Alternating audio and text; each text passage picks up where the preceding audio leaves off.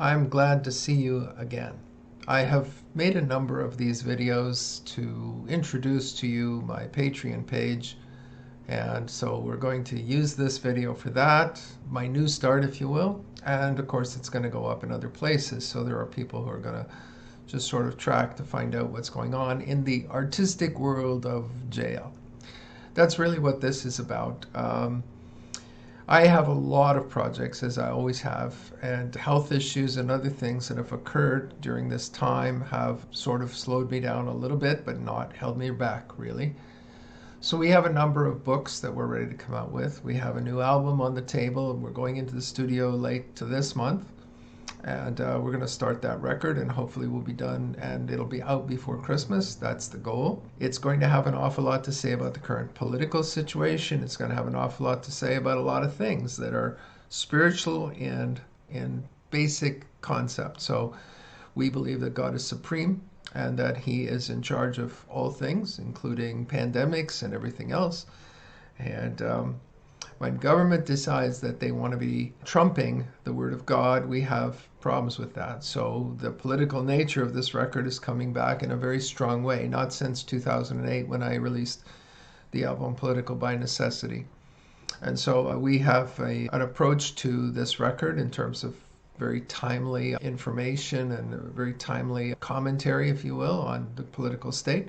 And here's what we see. We see that social media has really tried to clamp down on people who are speaking out. And so what they started with was to monitor the words and to take your statements and analyze them to see whether or not it fit the narrative that they wanted out there, and then decide whether or not it could have any exposure. So we saw that, and then we saw memes come along, and we saw the attempt then to analyze the printed word on the video screen to try to figure out how they could take things you were doing on the screen and further censor.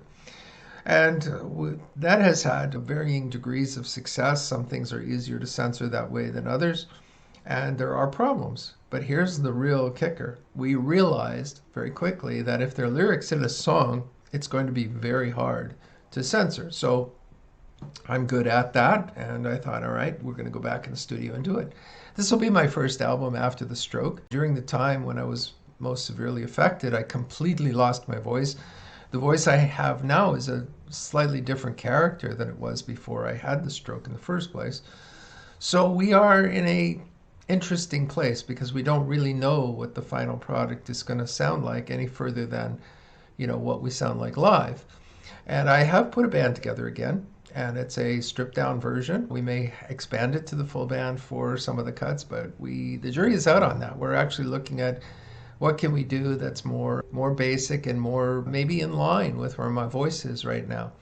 But we do know this, that what we're getting, we're all really excited about. We think it's real good stuff. So we're excited about that. So we need some money. We need to raise money for the record. We need to raise money for getting the books published. We need to raise money for some of the filming that we're doing. We're doing a number of video series, and some of you are familiar with them and some of you are not. And I would suggest you check out my YouTube channel, but I also have channels on ODYSEE and I have channels on Rumble. And I would suggest that, anywhere you can find my stuff, go look, because some of them are taken off of YouTube and most of them aren't. Most of them are still there, so you can get a good picture of that. And there's a lot more up on YouTube than anywhere else because I've been at it for longer. The point is this, that we need a regular stream of income. We need support. We have a video crew we'd like to support in a much bigger way than we can do right now. We have a band that we'd like to support, people who are donating their time right now that actually need financial assistance. We have a government advertising against our businesses to tell people that if they do respond to our advertising and come in, they're likely to die from COVID. And so I have to laugh at that, being connected to the medical field as well and having trained as a naturopath. I kind of get the point that a lot of this stuff, the more science comes out, the more this stuff looks ridiculous. So anyway, we are doing our part, and we're doing it through the arts, and we're doing it through everything that we can do, culinary arts and music and books and speaking and video series and television shows and whatever we can put out. And so we are always limited and severely limited by the money. We also started a nonprofit, sort of. Now, when I say nonprofit, I'm not talking about a government-approved nonprofit. We're not giving tax receipts for anything we're getting. But here's what we're doing. We have seen a need for something in the middle. The government wants you, if you're going to be a registered nonprofit, to simply give away money or, be benevolent in some way and don't get anything back for it. Well, building the kingdom of God means that whatever we build is going to last. It's going to be sustainable. So using that principle, we've gone out and said, look, we want to continue to fund these kingdom businesses into existence where we can do some good. We're talking about building a water station in atmospheric water generation in northern Ghana. So we have a particular African project with a community that has got very bad water sources, and we want to be able to give them clean and pure drinking water and water to do a lot of other things, which you and I in the West take for granted. They can't do it. And so we have that. And the goal is not to provide free water for everybody, although that would be nice. The goal is to produce a reasonable source at a reasonable cost that they can use to hire people, and they can grow their business, and they can do what they want to do with it. And why we would take anything back from that is because at the same time we're doing that, we're also creating a project for a grain mill in Kenya. They have right now, they're walking 75 miles in order to get their grain that they grow produced into flour so they can use it. And they're looking to build something closer that would service a whole community. So we see these as kingdom business opportunities where we want them to be responsible for the money they get. And when they give back, we're not giving them loans. We're giving them the money, no strings attached, except we ask them to tithe back to our organization so that we can then go on and help others in the future. So that's the proviso. But that kind of, hook on what we do disqualifies us in the eyes of government from being a nonprofit in a tax way. And so we don't care. We want to trust God and do what God is asking us to do. We want to fill a real need and fill the real gap instead of cooperating with somebody else's vision of what God ought to be asking. So that's the kind of thing we're doing. Well, that little organization is called Jacob's Help. It's also become the label for our home church. We have a home church.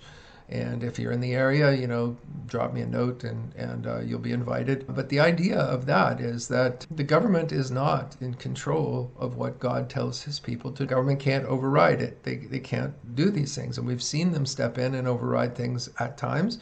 And we're just not interested. And so we are building a group of people that are committed to resisting that aspect because they want to honor God, not because they want to be rebels against the government. So we're not in that place of fighting back just to fight back, but we are saying God is God and we are not. And no one else is going to be able to stand up and raise their hand and say, but I am, and you have to listen to me. And so that's where we are, and we want to be obedient to God, and therefore there will be times when we simply cannot acknowledge Caesar as a god. We can't offer incense to him. People say, well, treat Caesar like Caesar. Well, that's fine. If we can comply, we'll comply with whatever is reasonably asked of us, not because it personally inconveniences us or does anything else, but simply because we want to be in line with what God says to do with authority. And it's interesting that Paul, who suggested that we should, in Romans 13, be obedient to the authorities, ended up in jail 8 times after that. So, it's a little bit difficult to use that passage and justify that. There's never a time when you stand up to power and you speak truth to power. Nathan spoke truth to David after his sin, and we hold that we are all sinners and sometimes need a Nathan. And we believe that there's no one in our government that is above that as well. And so as we're willing to accept the rebuke of God, the government needs to accept the rebuke of God as well. So anyway, that's what Jacob's Help is about.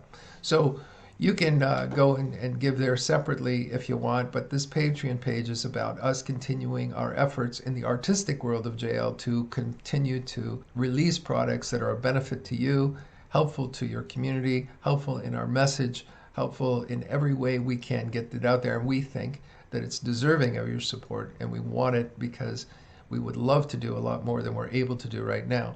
So go ahead and sign up and give us something every month if you can. It would be great, and so that we have something we can count on, and we can go ahead and hire the people that need to be hired and keep producing the product that needs to be produced.